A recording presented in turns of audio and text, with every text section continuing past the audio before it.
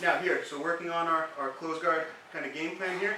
Before we go to anything more advanced or more complex, we just need to make sure our foundation, our basics have all the kinks ironed out and we have the right, some little refinements to make to our basic sweeps. One thing I want to understand when I'm talking about sweeping somebody from the knees, I'm basically looking at two directions, okay? My sweeps go in two directions. One, our hip sweep goes to the back corner. It's not straight to the side, it's to the back corner, okay? So for example, if I'm doing my hip sweep here, I'm trying to drop my partner's hip, rolling it over his ankle to the back corner. Okay, if we show another, let's show another angle on that here. So the angle for the hip sweep is my partner's hip socket going over his ankle, back this way. Okay, so when I open for my hip sweep, I shoot up, I'm driving my knee towards the mat, pushing my partner's hip over his ankle to the back corner. Okay, the other sweeps, if you sit on your knees here, yeah, okay. The other sweeps, wider knees. Basically, if I imagine this line from my partner's hip socket down his thigh through his knee, the other sweeps go in this direction to the forward corner. Okay, so that would be, for example, my flower sweep. Okay, it's not straight to the side. I'm trying to bring my partner's shoulder onto that line. If I draw the line from the hip socket through the knee, going out this direction, my partner's shoulder should be hitting roughly up on that line. Okay, same thing for my scissor sweep. Okay, for the scissor sweep, get my grips here. Common mistake on the scissor sweep, the top leg, having the top leg too active, driving my partner's hips down into his base. I want to stretch and pull and elevate my partner's hips over his knee. I turn down to the mat to get my scissor sweep. Okay, so bringing my partner forward and to the side, not just straight to the side. Okay. Now, let's go over real quick if we can see some of these three movements that we talked about in these basic sweeps. One, in that hip sweep, there's actually a little bit hidden in there, is a hip twist. As I come up, if I come up quickly, my hips don't stay right in front of my partner. I turn my kneecap in, and my hips are loading out to the side of my partner so I can drive in this way. Okay, so even in my simple hip sweep, you learn it like this, you come up right in front of your partner, okay? But in reality, when I do it quick, I want to have my hips coming out to my partner's side, okay? Now, in the flower sweep, there's some of these there's actually a lot of these movements hidden in it as well. So when I get my partner sweep, especially when I'm having trouble getting the finish, okay? So from here, I can elongate and I can do my hip twist to get my hips on my partner first, and I follow back with the shoulders. Okay. Another one, Kimura, has almost all these movements. So if I get my partner's hands on the mat, look, I start with the hip sweep movement. My hips going out to the side, twisting out.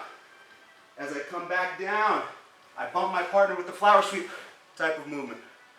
Okay. Then I hip twist, and then I lengthen out my spine for the finish. Okay, so these movements are in all of our simple sweeps. Okay. Last thing I want you to think about when we're going for these simple sweeps and the Kimura. These are like, we think of these as like our knockout punches. Okay, these are the big finishing moves. Later we're going to talk about what would be our jab, what would be our little setup moves. But if you're trying to go for these big knockout moves, you have to go at the right time. Okay? And that's going to be informed by knowing which direction they work. If my partner's hips are up high, okay, he's up high and he's leaning forward, even not resisting me, the hip sweep is super awkward. I can't do it. Okay? So if my partner's hips are high, I can't be thinking of my hip sweep going to the back corner. Okay? I have to be doing my favorite sweep, scissor or flower, whichever it may be, to the front corner. If my partner's hips are high, way easier to bring him forward. Okay? If my partner's sitting in my guard and his base is real low and he's leaning his shoulders back, there's no way I'm going to bring him to that front corner. Okay? I have to chase him and get that nice, easy hip sweep. Okay? So, when when we're going for these sweeps, eventually, against more skilled partners, we're going to have to be able to set them up. But at least you have to pick the right time to go for them or it's going to be impossible. One final thing on opening our guard, okay? When I open my guard, anytime I open my guard, I'm going to open it aggressively, which sounds funny, but I'm going to open my guard as part of my attack, okay? Anytime I open my guard and I'm not hitting my partner with a shock or a jolt to his base and to his balance, he's immediately going to find a way to settle his weight, okay, and begin passing my guard.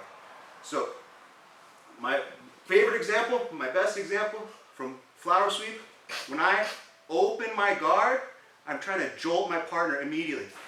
That, okay? Something like that has to happen every time you open your closed guard for one of these attacks. So for the flower sweep, when I say open my guard aggressively, I mean that jolt to my partner's shoulders, okay? Scissor sweep has the same thing. When I open my guard for scissor sweep, I'm gonna punch and pull here, okay? So when I open my guard for scissor sweep, I stomp my foot on the mat and I'm breaking my partner's posture off of my center line as I go for my stretch, okay? Hip sweep. Hip sweep is harder because where I have to be aggressive with my hip sweep is actually with my hips driving into my partner's lap, okay? So when I say I open my guard aggressively for my hip sweep, it's driving my partner down into his heels, okay? This takes some practice getting there quick, okay? So even though, of course, I want to trap my partner's elbow, what has to be done quickly is driving my partner down into the mat so he can't raise his hips, okay? Good, so those are some simple, or not simple, but small refinements to make to some of our basic techniques. From here, we'll go on to some slightly more complex things that we can build off of that, okay?